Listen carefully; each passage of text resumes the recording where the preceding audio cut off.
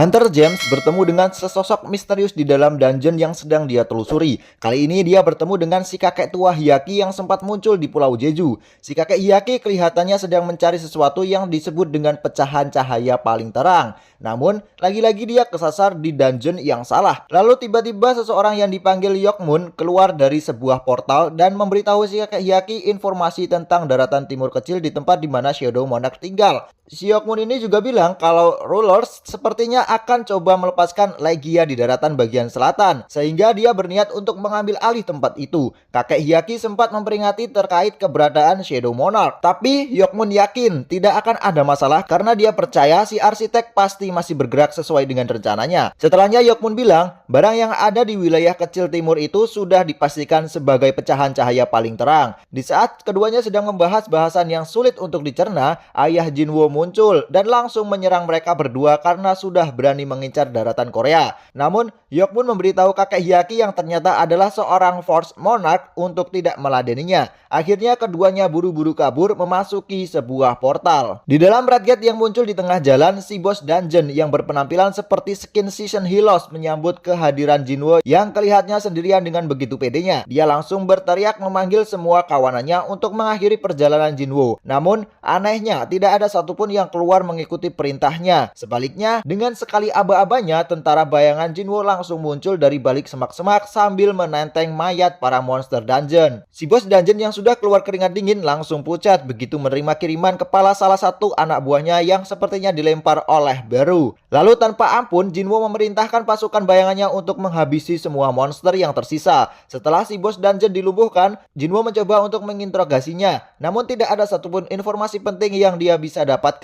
Jinwo lalu mengambil kunci misterius yang dia dapatkan dari random box untuk melihat kunci ruangan apa itu sebenarnya. Setelah kini persyaratannya sudah terpenuhi, yaitu mencapai level 100, baru kemudian diketahui kalau kunci tersebut bisa dipakai untuk memasuki kuil Kartenon di dalam dungeon yang akan muncul dalam 417 jam, 6 menit, dan 52 detik lagi. Jinwo teringat bahwa dia sudah berkali-kali ingin kembali ke dungeon ganda itu, namun tidak bisa, dan sekarang dia malah diundang kembali ke sana. Ini kesempatan bagus untuk mengungkap sistem. Orang yang paling berjasa mengcounter hujatan dari para netizen kepada Jinwo adalah Jinho. Sebagai wakil ketua serikat, dia benar-benar bekerja keras untuk mengurus masalah tersebut. Dan Jinwo mengakui hal itu. Sempat kaget karena sekarang Jinwo bisa tiba-tiba muncul dari mana saja. Jinho jadi lebih kaget begitu melihat Jinwo menyodorinya satu tas penuh berisi kristal sihir yang baru saja dia dapatkan dari dalam Red Gate. Jinho jelas sangat senang karena sekarang dia tidak perlu lagi pusing untuk memikirkan bagaimana cara menggaji karyawan. Begitu mendengar kata karyawan, giliran Jinho yang sedikit kaget. Dia baru ingat kalau kata Jinho minimal harus ada 3 orang dalam serikat mereka, yaitu ketua, wakil ketua, dan seorang anggota. Yang lebih penting lagi,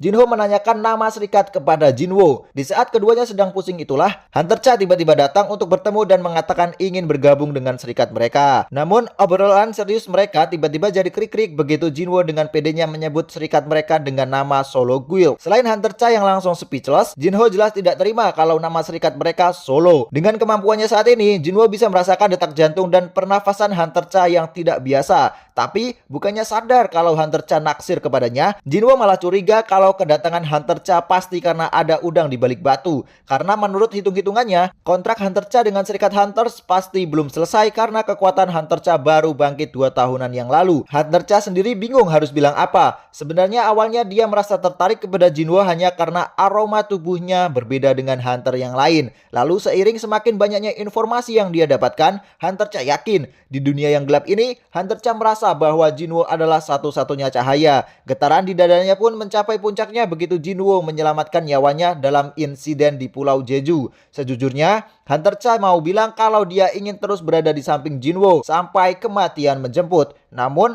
karena kata-kata itu susah keluar dari mulutnya, mukanya pun jadi memerah. Tapi dasar Jinwo saja yang tidak peka sama sekali. Dia malah bilang kalau Hunter Cha harus lolos tes pendaftaran terlebih dahulu jika ingin bergabung. Merasa tidak mau diremehkan, Hunter Cha langsung setuju dengan tes yang Jinwo syaratkan. Jinwo lalu mengatakan ujiannya akan langsung dilakukan saat itu juga. Di gor tempat latihan para Hunter S dulu dilakukan. Namun saat Hunter Cha membuka pintu keluar, Jinwo memintanya untuk mendekat karena dia ingin sekalian mencoba apakah skill Shadow Exchange-nya bisa digunakan sambil membawa orang atau tidak. Dan ternyata bisa. Lalu begitu sampai di gor, Jinwo bermaksud ingin langsung mengujinya. Hunter Cha yang tidak membawa senjata kemudian menggunakan kartu aksesnya untuk mengambil sebuah pedang panjang di gudang. Setelah Hunter Cha siap, Jinwo langsung memanggil Igris untuk menjadi pengujinya. Tapi begitu melihat aura Hunter Cha yang ternyata tetap terlihat ngeri meskipun pakai sembarangan pedang, Jinwo meminta waktu sebentar untuk memberikan longsword Raja Iblis Baran kepada Igris. Lalu duel pun dimulai. Igris langsung melayangkan tebasan maut ke arah Hunter Cha. Namun sesuai dugaan, Hunter Cha bisa menghindari serangan tersebut dengan mudah.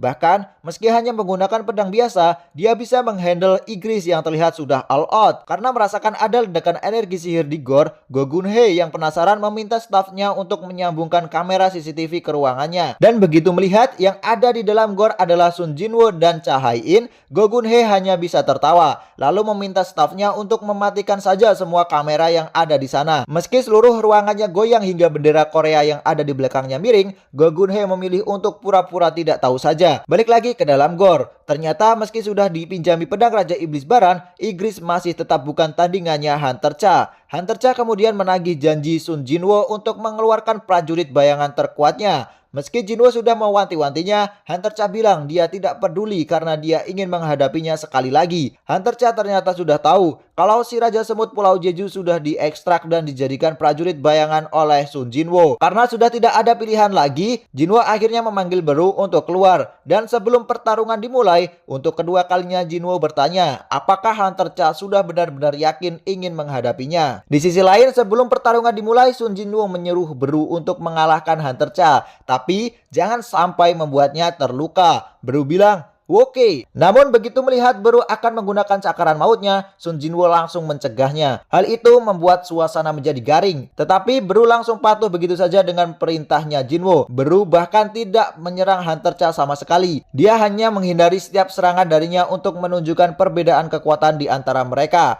Tapi karena sifat keras kepala Hunter Cha, insting pemangsa Beru sedikit demi sedikit mulai bangkit. Puncaknya, saat Hunter Cha mengeluarkan teknik spesialnya untuk menyerang Beru, insting dasar sang Raja Semut tidak bisa dibendung lagi. Beru langsung teringat kembali dengan perintah sang ratu dan menganggap Hunter Cha sebagai musuh yang perlu untuk segera dilenyapkan. Untuknya, Jinwo berhasil menghentikan serangan Beru di momen yang tepat. Dan begitu sadar akan kehilafannya, Beru langsung berlutut memohon ampun kepada Jinwo selayaknya jongos yang taat. Jinwo kemudian memarahi Hunter Cha yang menurutnya terlalu memaksakan diri. Di momen itulah, perasaan Hunter Cha akhirnya tersampaikan juga. Sementara itu, di kantor Biro Hunter Amerika Serikat, David Brennan memanggil agen Connor dan Nyonya Selner untuk menjelaskan apa yang sebenarnya terjadi terkait Sun Jinwo. Di momen inilah, Nyonya Selner akhirnya menjelaskan kalau seorang hunter sejatinya terhubung dengan suatu entitas di sisi lain. Semakin besar kekuatan yang dipinjamkan dari sisi lain itu, pecahan cahaya yang terlihat oleh Nyonya Selner di dalam diri si hunter semakin terang juga. Namun, Sun Jinwo tidak memiliki itu. Dengan kata lain, Sun Jinwo tidak meminjam kekuatan dari sisi lain. Mendengar penjelasan itu, David Brennan kemudian mengajak agen Connor menuju ke basement lantai B24 untuk menunjukkan sesuatu. David bilang, jika kemampuannya Nyonya Selner tidak sanggup menggait Jinwo, maka dia hanya perlu menggunakan cara lain untuk menggaitnya. Dia lalu bercerita tentang insiden gerbang rank S yang mengalami dungeon break dan meluluhlantahkan Amerika bagian barat beberapa tahun lalu. Di mana insiden itulah yang menjadi awal kemunculannya titel Hunter level nasional yang diberikan kepada 5 hunter terkuat yang berhasil mengalahkan Kemis, sang Raja Api. Kemunculan Kemis ternyata tidak hanya menjadi bencana bagi Amerika, tetapi juga meninggalkan hadiah yang sangat mewah, yaitu sebuah runestone yang kini disimpan di basement gedung Biro Hunter Amerika. Tidak hanya runestone-nya saja, tetapi tubuhnya Kemis yang sudah menjadi tulang juga tersimpan utuh di basement tersebut. Di saat yang sama, Jinwo malah terlihat sedang bingung di depan cermin. Sepertinya dia baru sadar kalau penampilannya sekarang jauh lebih glowing dibandingkan sebelum insiden dungeon ganda.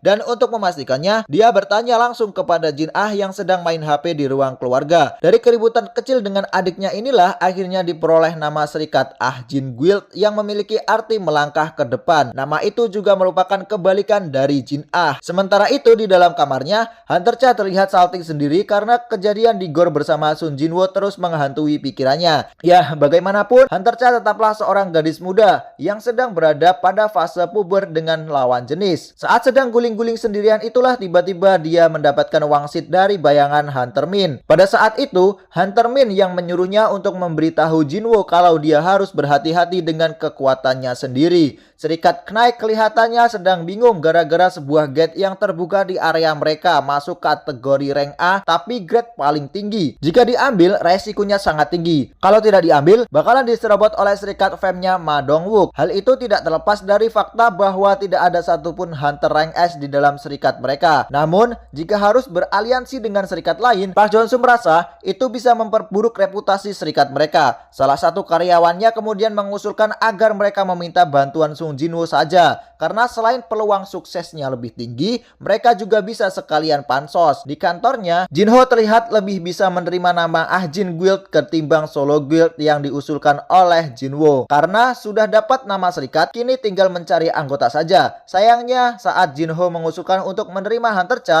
Jinwoo justru langsung menolaknya. Karena yang dia cari adalah seorang hunter yang tidak peduli dengan aktivitas serikat, tapi tetap bisa dipercaya. Dan Jinho sepertinya punya kenalan yang sesuai dengan kriterianya Jinwoo itu. Saat Jinwoo dan Jinho sedang memikirkan siapa yang mau mereka rekrut, pintu kantor mereka tiba-tiba ada yang mengetuk. Ternyata itu adalah Park Jong-soo dan rombongannya yang ingin meminta bantuan Jinwoo. Park Jong-soo yakin pihak asosiasi tidak akan mengizinkan serikat mereka untuk menyerbu sebuah gate besar yang terbuka di Busan karena mereka tidak memiliki hunter rank S. Karena Jinwoo ingin dibayar sebagai sebuah serikat, akhirnya disepakati bahwa jarahannya akan dibagi 50-50. Mengingat penyerbuan akan dilakukan keesokan harinya, Park Jong-soo sempat mengajak Jinwoo untuk ikut berangkat bareng ke lokasi gate. Namun, Jinwoo bilang dia masih ada urusan. Setelah salah satu anak buah Park Jong-soo melihat bayangan Jinwoo bergerak sendiri, HP yang dibawa oleh Jinwoo bergetar. Ternyata itu telepon dari ibunya. Keesokan harinya sesuai dengan jadwal, para hunter dari serikat Knight sudah ready di lokasi. Sedangkan Jinwoo menggunakan skill pertukaran bayang 5 menit sebelum penyerbuan dimulai. Di momen yang sama, dungeon break terjadi di sekolahnya Jin Ah di sebuah ruangan kelas yang sudah tidak dicek selama 1 semester.